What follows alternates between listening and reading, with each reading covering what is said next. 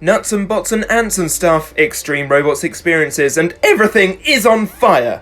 All this week in Robot Combat. 3, 2, 1, activate. Hello and welcome to This Week in Robot Combat. Sorry it's a bit late this week. I've been busy transferring footage of the Grand Slam. I've been filming Series 2 over the last week or so, and yeah, it's coming along very nicely. I've set up the top 16 and I'll be filming that one later today, hopefully, if there's enough time. So yeah, filming nearly done for Grand Slam 2. Exciting times. I will then go on to editing and then it will come to you just as soon as I can, because I really enjoy doing this. So yeah. Meanwhile, you're not here for Grand Slam, you're here for the news. So let's get started on the review of episode 10 of Battlebots, because that's how I'm starting this. I'm getting better at predicting fights, sort of. We're going to start with Petunia versus Hydra. This was previewed in episode 1 in that very brief snapping of lots of different fights happening, and you saw little bits of it. Some people looked away for fear of spoilers, which I can completely understand, but I've been sitting on this one for a while, so I'm glad it's finally out. In that bit of footage you saw that Petunia was flying through the air because of Hydra, so I sort of knew what was going to happen here. Petunia unfortunately took to its parrot paint job and flew away. Hydra is a very good flipper. Is it as good as Bronco? Is it better than Bronco this series? Definitely this series it is. However, I need to see these two fight each other under test conditions where they're both working at their optimal I don't know what the word is. When they're both working, let's just go with that. More on Bronco not working in a bit. But Petunia broke a screen inside the box, which shouldn't really be inside the box if you ask me. That should be just outside of it so that it doesn't get broken. Why they put a screen on the inside of the box, I'll never know. But there we are. It got broke. Hydra go 3-0.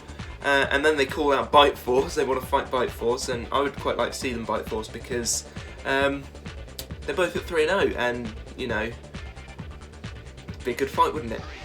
Petunia goes and dies a little bit inside because it's just gone 1 and 2 with its win against Marvin a few episodes ago on the Science Channel.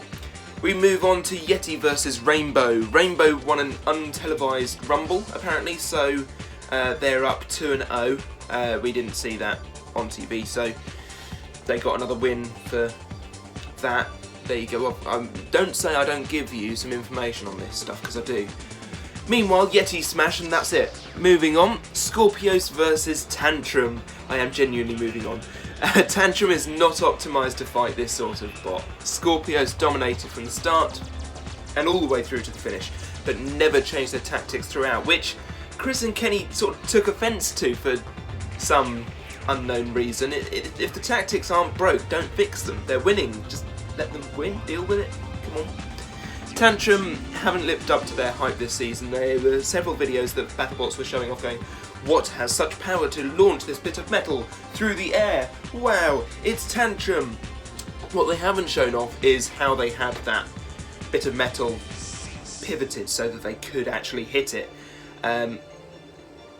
They couldn't get under Scorpios. Scorpios just sits flush against the ground without getting caught on the ground, which is just weird. I'm not quite sure how they manage it, but there we are. I am of the belief also that most of the other reviewers are that they are the wild thing of Battlebots. Freeshipping versus Bronco. Having seen the Las Vegas live event at the start of this season, you'd think that this fight would just be a repeat of that. However, it is worth noting that the live event actually came after filming of Battlebots. So anything that happened to Bronco to Freeshipping for them to fix up some issues they saw in this fight, they did for the live event. So that's probably why Bronco beat them in the live event. But Bronco done goofed here. Flipper snapped in a really weird place. I wouldn't have expected that as a failure point, and neither would anybody else apparently. When trying to flip Freeshipping, they just did that. Looked like Toro, their old robot. It's the first time I've seen Freeshipping's flamethrower burn the house down and really go hell for leather. It worked from start to finish of the fight, which was excellent to see. Freeshipping never got a lift though, or at least they didn't get one that I could remember. So, yeah, that was odd. And Freeshipping win this one by the judges, getting their first win of the season, going 1-2. Bronco are 0-2. Whoopsie. Moving on, we have Valkyrie versus Monsoon. What a shame. Can we please move on? I chose the wrong t-shirt to wear. Basically, Valkyrie had made some upgrades to their wheels, making them more grippy. They put ribbot snot, or whatever they want to call it, over the wheels. It's basically something that goes sort of sticky-ish so that they have more grip on the arena floor. Monsoon was still hurting a bit after being beheaded, as you'd expect. It sort of hurts a bit when you get beheaded. I'm not talking from experience here though. Monsoon survived to the end of the fight, but Valkyrie is exactly the sort of robot you need to defeat Monsoon. Getting under the flappy body, the body that sort of lifts up like that when they're driving along, shredding that front weapon bulkhead, just making sure that they have an access point to underneath. They then got to the wheel on one side, and they've got blue foam inside their wheels. I'm really liking the colour theme on Monsoon. But I don't see Monsoon getting through to the top 16 this year. Unfortunately, I didn't think they would, but this sort of confirms it for me. As Alex from Alex the Hunted pointed out to me earlier in the week, these two robots, Monsoon and Valkyrie, have both fought Hypershock and lost. Both fought Ragnarok and won. This was sort of to see which of these two was better. They had an exactly even series so far, though they hadn't won in the same ways in each fight, and though they hadn't lost in the same ways in each fight. This was just to see who really deserved a spot potentially. So either this is for a spot in the top 16, or it's going to be a spot in the Last Chance Rumble. Next we go to Kronos versus Copperhead. Well then, first the Minibot. It's a pole. Kronos' Minibot is a pole, and I don't mean a Polish person, I mean it's an actual metal pole that's wider than the starting square, has wheels on each side, and just, oh, it's ridiculous, but I love it. Didn't do much. It didn't have an opportunity to do much, really. The one huge hit killed one side of Copperhead's drive.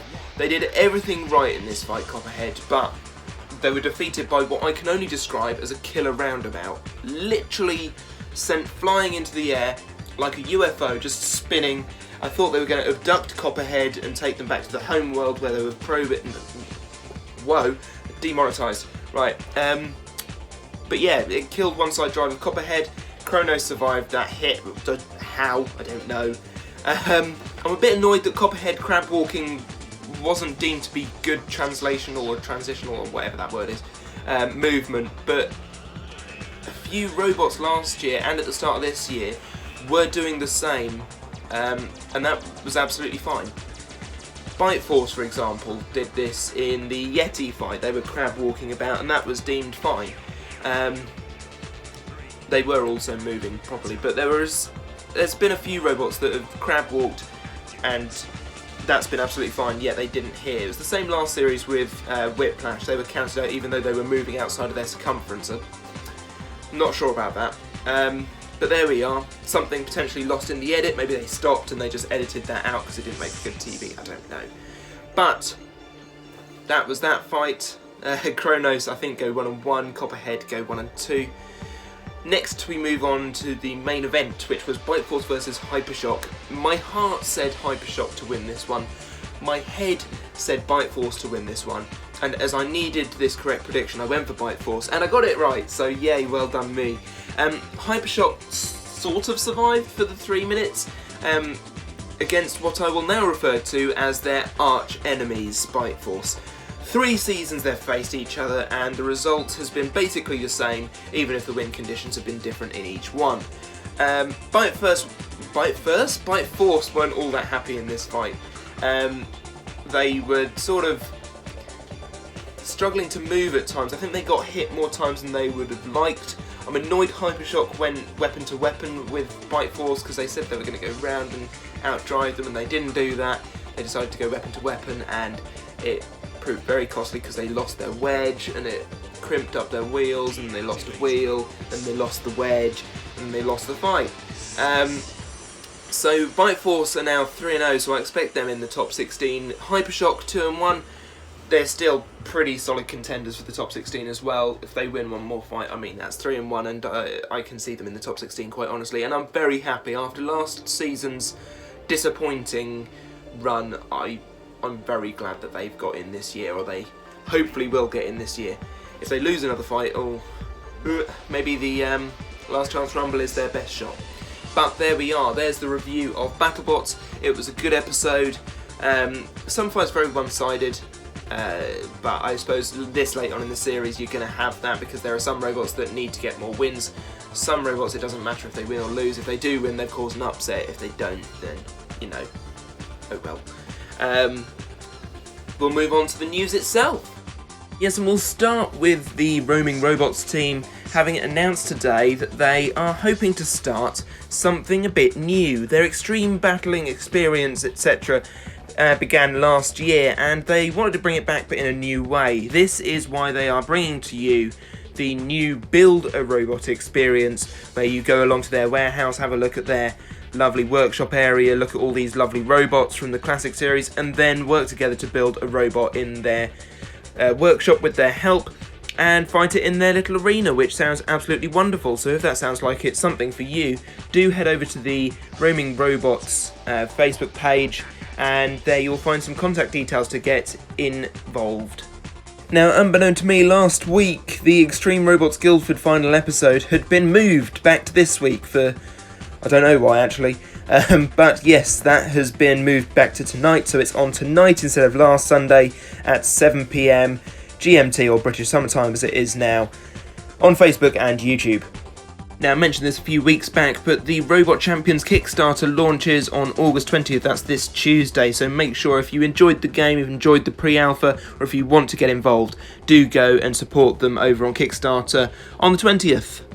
Now, Nuts and Bots has been suffering recently some difficulties with its suppliers for a good portion of this year, but they are back with this lovely new looking Antweight, which is a two-wheel drive pusher unlike any you've ever seen. It has these lovely 50mm tough hub wheels, which you can just go and buy the wheels actually currently over on the Nuts and Bots website, but the two-wheel drive pusher will be available in a couple of weeks' time.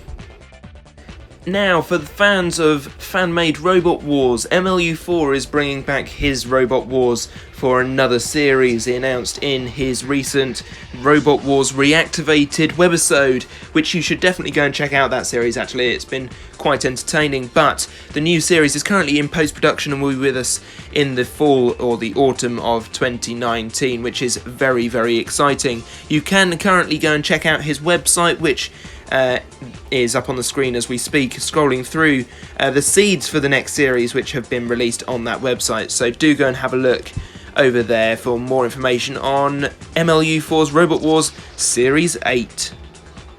And that's just about it for this week. I hope you've enjoyed the video. If you have, do give it a like, do subscribe to the channel if you are new, and I shall see you next Monday for, not next Monday, Monday after, Monday's tomorrow, isn't it?